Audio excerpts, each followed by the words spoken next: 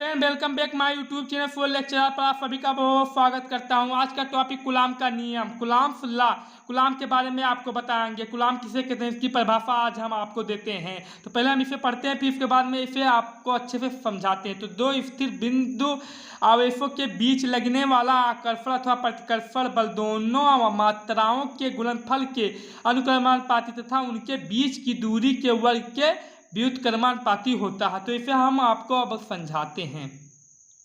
दो स्थिर बिंदु आवेश को किससे डिनोट करते हैं, क्यों से। इसे हम क्यों से डिनोट करते हैं के बीच लगने वाला आकर्षण अथवा प्रतिकर्षण। आकर्षण एंड प्रतिकर्षण किसे कहते हैं, इसका मतलब क्या होता है।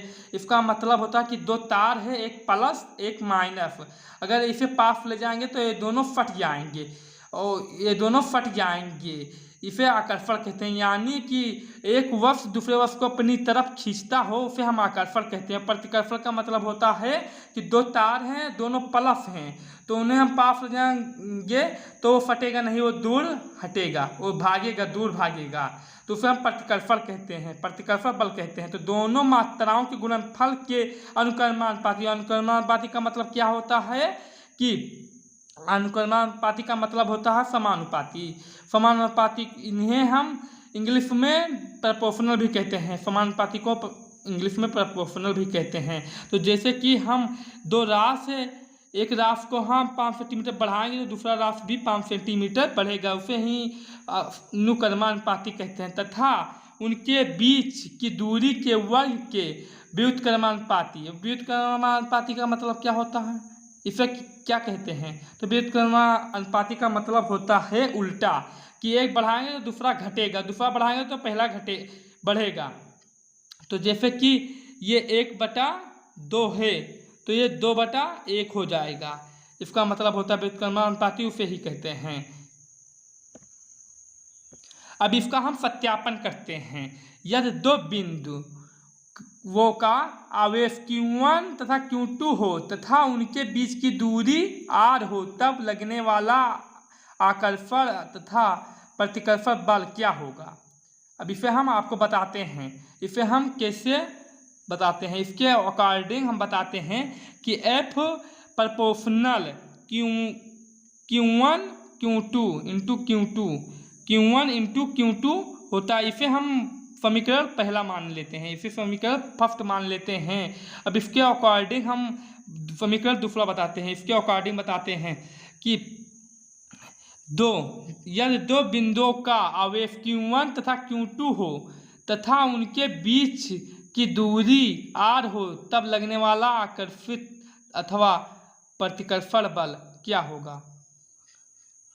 तो हम बताते हैं कि दो बिंदुओं का आवेश, तो दो बिंदु है, इसका आवेश क्या है, दो बिंदुओं का आवेश Q1 Q2, तो ये Q1 Q2 है, ये Q1 Q2 है और इसके बीच की दूरी R है। तो हम बताते हैं कि दो बिंदुओं का आवेश Q1 Q2, ये Q1 हो गया, ये Q2 हो गया, तो इसके बीच की दूरी R हो गया होता है। तब लगने वाला आकर्षण और अथवा प्रतिकर्षण बल क्या होगा। तो आकर्षण प्रतिकर्षण बल या हम पहले लिख दिए हैं, ये बल है, ये बल है, यही होगा आकर्षण प्रतिकर्षण बल, यही होगा। अब दूसरा समीकरण है, उसे हम कूलॉम के नियम के अकॉर्डिंग बताते हैं कि Q1 Q2 है जो, उसके हम दूसरा समीकरण है वो कूलॉम के नियम के अकॉर्डिंग बताते हैं आपको कि दो स्थिर बिंदु आवेशों के बीच लगने वाला आकर्षण अथवा प्रतिकर्षण बल दोनों मात्राओं के गुणनफल के अनुक्रमानुपाती तथा उनके बीच की दूरी के वर्ग के व्युत्क्रमानुपाती होता है।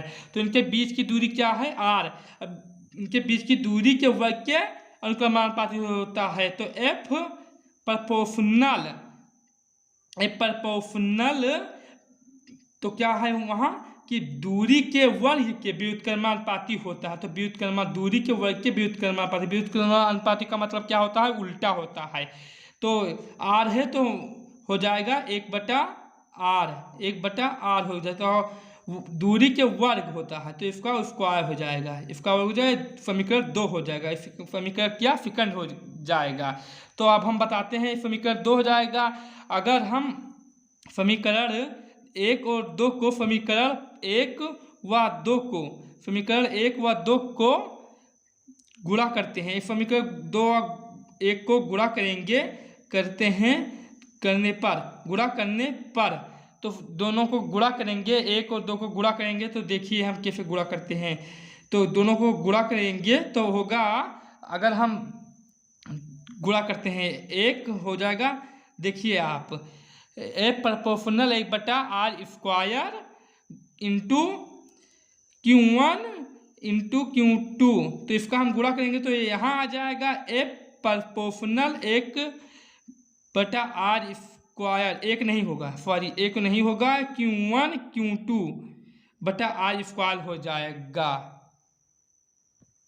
तो फ्रेंड, अब प्रोपोर्शनल का चिन्ह हटाएंगे तो एक अक्षर आएगा, इसके जगह पर बराबर लगाएंगे तो F बराबर, अब इसे हटाएंगे तो यहाँ पर एक अक्षर आएगा के आएगा, तो के आएगा तो Q1 Q2 और r² होगा, Q1 Q2 r² हो जाएगा। ठीक, तो फ्रेंड अब के का मान क्या होता है, के एक कांस्टेंट है कि नियतांक है, के है, इसका मान होता है 1/ के का मान होगा के बराबर 1/4 पाई एप्सिलॉन नॉट होता है, एप्सिलॉन नॉट होता है। इसकी जगह पर हम के एफ बराबर 1/4 pi epsilon not Q1 Q2/r² होगा। तो इसे हम प्रूफ कर दिए।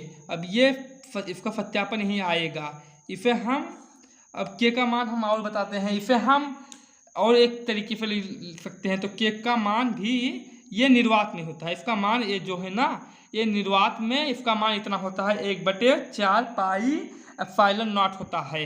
तो के का मान जो होता है, के का मान है ना, के का मान 9.0 गुणे 10⁹ न्यूटन मीटर स्क्वायर प्रति कूलम स्क्वायर होता है, इसका मान इतना होता है। तो ये आपको ये वीडियो अच्छा लगा होगा तो प्लीज़ इसे सब्सक्राइब कीजिएगा और अगले नेक्स्ट वीडियो में फिर मिलते हैं।